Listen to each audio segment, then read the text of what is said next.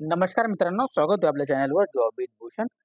तुमच्यासाठी एक चांगली जॉब ऑपॉर्च्युनिटी घेऊन आलो मित्रांनो. ही जी भरती निघालेली आहे, जीएमसी पुणे भरती निघाली 2025 साठी, शासकीय वैद्यकीय महाविद्यालय पुणे भरती 2025 साठी. ओके. त्यासाठी जे पद जे असणार आहे, गॅस ग्रुप डी ची भरती असणार आहे. सगळ्यात आधी तुम्हाला हे सांगू इच्छितो, ग्रुप डी साठी तर भरती असणार आहे.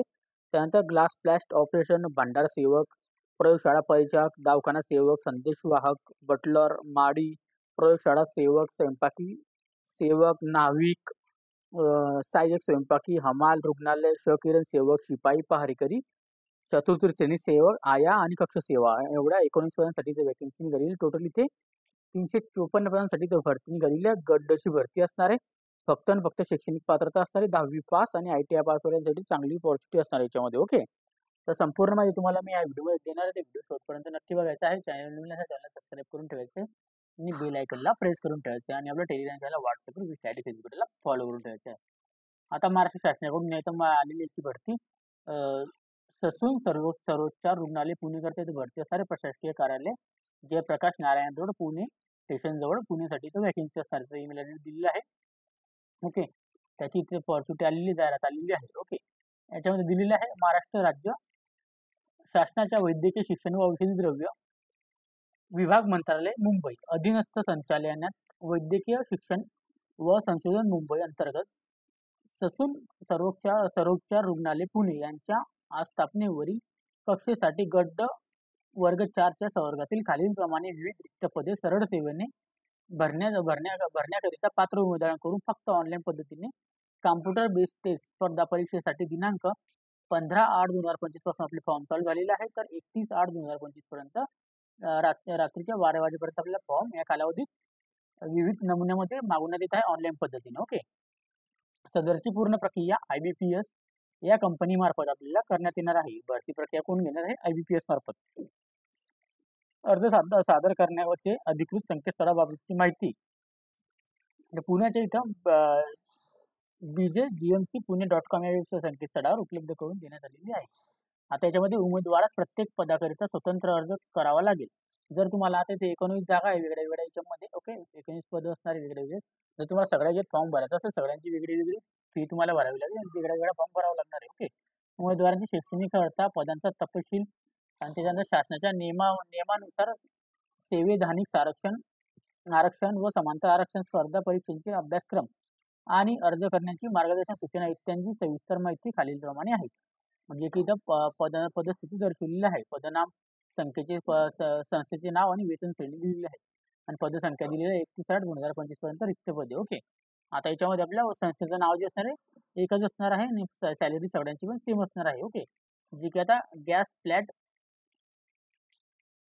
ऑपरेटरसाठी इथे वॅकन्सी असणार आहे. गॅस फ्लॅट ऑपरेटरसाठी ससून सर्वोच्चार रुग्णालय पुण्याकरिता सगळ्यांसाठी एकच रुग्णालय असणार आहे. पगार सेम असणार आहे. S1 सॅलरी 15,000 पासून 27,600 रुपये. इथे एक पद असणार आहे. ओके. भांडार सेवकसाठी इथं टोटल इथं रुग्णालय सेम, पगार पण सेम, एक वॅकन्सी आणि इथं प्रयोगशाळा परीक्षेसाठी रुग्णालय पण सेम पुण्याचं आणि सॅलरी पण सेम असणार आहे. 15,000 पासून स्टार्टिंग एक सॅलरी एक पद असणार याच्यामध्ये 3 पदांमध्ये. ओके. दवाखाना सेवकसाठी याच्यामध्ये आपल्याला 4 पदं बघायला मिळतात.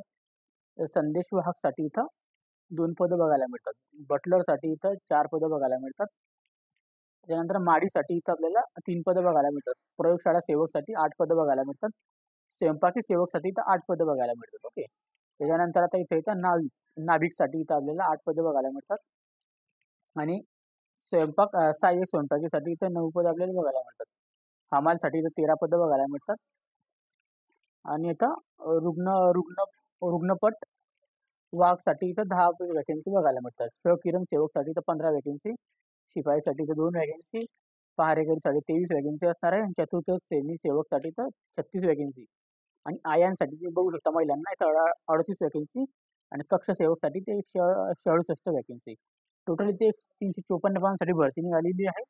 ओके. त्यांचे क्वालिफिकेशन मी तुम्हाला खाली सांगणार आहे. सॅलरी सेम असणार आहे आणि इथं दवाखाना पण सेम असणार आहे काम करण्याचा. ससून सर्वोच्च रुग्णालय पुणे 15,000, S1 सॅलरी 15,000 पासून 27,600 रुपये, पगार सेम. ओके.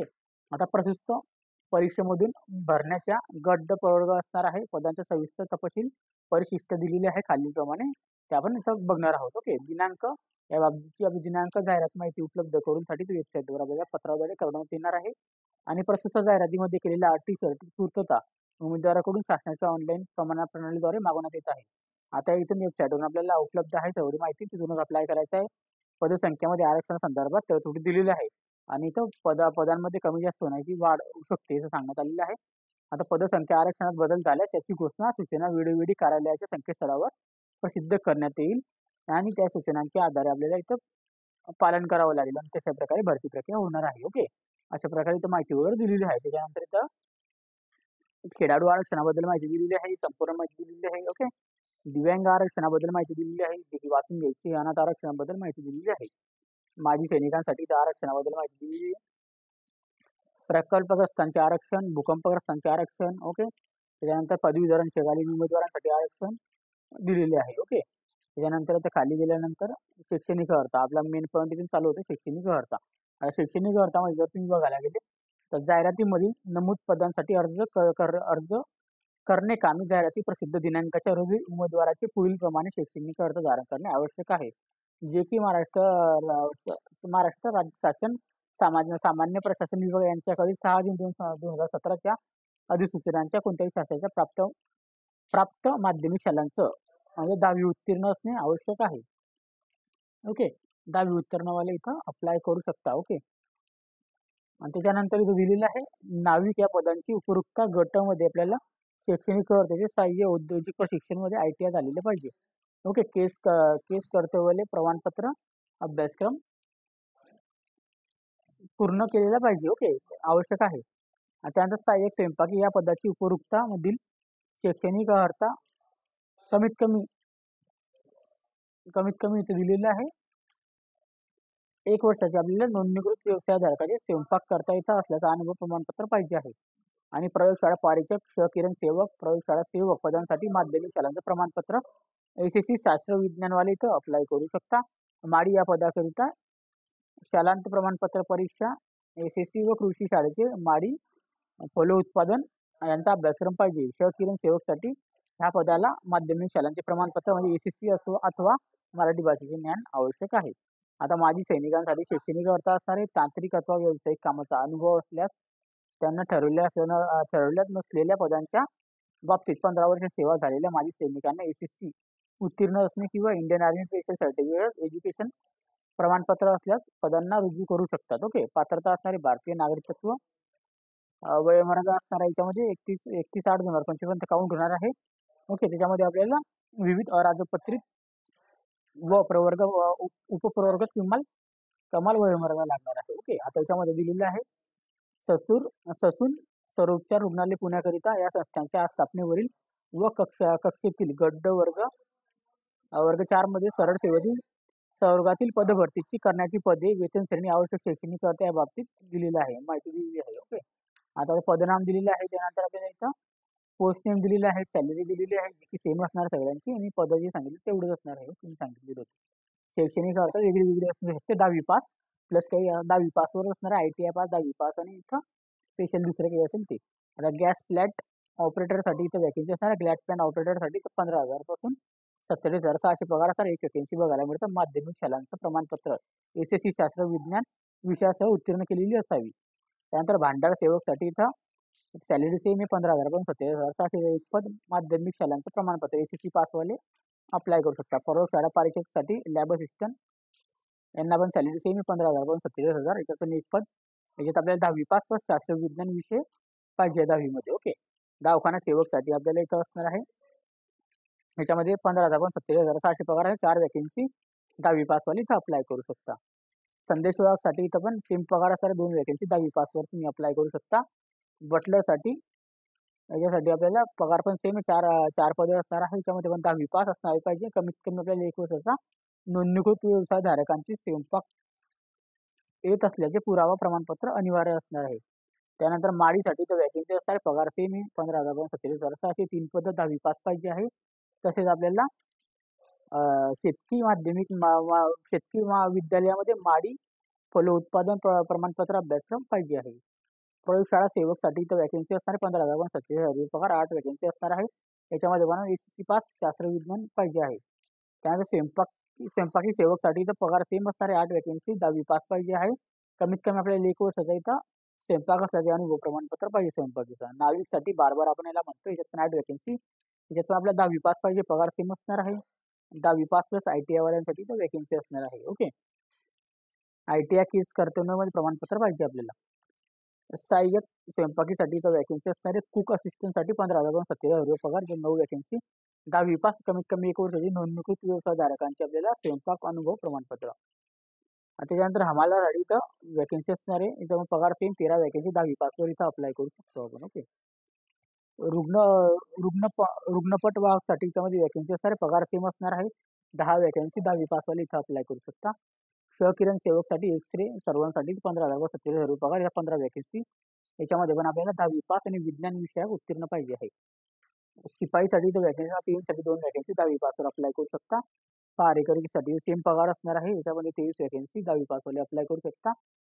चतुर्थ श्रेणी सेवकसाठी पण इथं 36 वॅकन्सी, 10वी पासवर अप्लाय करू शकता. आयांसाठी इथं वॅकन्सी असणार, पगार सेम इथं महिलांना पण 15,000 पासून 27,600. याच्यामध्ये आपल्याला 38 वॅकन्सी बघायला मिळतात. सदर महिला उमेदवारासाठी माध्यमिक शालांचं प्रमाणपत्र पाहिजे आहे महिला उमेदवारांना. ओके. 10वी पास असणे गरजेचं आहे. ओके. महिला उमेदवारांसाठी वॅकन्सी असणार आहे. कक्ष सेवकसाठी वार्ड सर्वांसाठी तर 15,037,600 पगार, 168 जागा, 10वी पासवाले अप्लाय करू शकता. एकूण 354 जागांसाठी भरती असणार आहे. याच्यामध्ये संपूर्ण माहिती वगैरे दिलेली आहे. आपल्याला याचा टप्पा वगैरे कसं इथे भरती होणार आहे की वयोमार्गामध्ये. आता याच्यामध्ये आता आता प्रवर्ग दिलेले आहे आणि आवश्यक वयोमार्ग दिलेले आहे कॅटेगरीनुसार. खुल्या प्रवर्गांसाठी इथं आपण 18 ते 38 वर्षापर्यंत अप्लाय करू शकतो. मागासवर्गीय उमेदवार असाल तर आपण इथं आता 18 ते 43 वर्षापर्यंत अप्लाय करू शकतो. याच्यामध्ये दिलेले आहे जातींचे नाव वगैरे दिलेले आहे, जात नाव. पदवीधर आणि शाकालीन असाल तर आपल्याला इथं 55 वर्षापर्यंत अप्लाय करू शकतो. आणि स्वतंत्र सैनिकांचे इथं आपण याच्यामध्ये येत असेल कर्मचारी वगैरे तर 45 वर्षापर्यंत अप्लाय करू शकतो. खेळाडूमध्ये असाल तर 43 वर्षापर्यंत अप्लाय करू शकतो. दिव्यांग असाल तर तुम्ही 40% दिव्यांग पाहिजे याच्यामध्ये, तरच तुम्ही त्याला 45 वर्षापर्यंत इथं अप्लाय करू शकतो. प्रकल्पग्रस्त भूकंपग्रस्त असाल तर आपण इथं 45 वर्षापर्यंत अप्लाय करू शकतो. माजी सैनिकांचे उमेदवार असाल तर आपल्याला इथं 45 वर्षापर्यंत अप्लाय करू शकतो, अशा पद्धतीने सांगितले गेलेले आहे. आता याच्यामध्ये दिलेले आहे आता सुसून सर्वोच्च रुग्णालय पुणे वर्ग 4 गड्ड पदांची वयोमर्यादा दिलेली आहे, जे की ते बघू शकता खालीलप्रमाणे दिलेले आहे पॅरेग्राफमध्ये. ओके. आता याच्यामध्ये सगळं कमीत कमी 18 वर्ष पूर्ण पाहिजे. राखीमध्ये 38 वर्षापर्यंत, मागासवर्गामध्ये 43 वर्ष, राखीमध्ये 38 वर्ष, आणि इथं मागासमध्ये आपल्याला 43 वर्ष महिलांसाठी. ओके. 38-43 सेम आहे. इथं प्रकल्प भूकंपग्रस्त ते 45 वर्ष, राखीव सशस्त्र दलामध्ये 3 वर्ष सेवा झाली असेल तर 45 वर्ष, आणि इथं आपल्या दिव्यांगासाठी 45 वर्ष, आणि इथं अंशकालीनसाठी इथं कर्मचाऱ्यांसाठी 55 वर्षापर्यंत अप्लाय करू शकता. ओके. अशी सूट दिलेली आहे.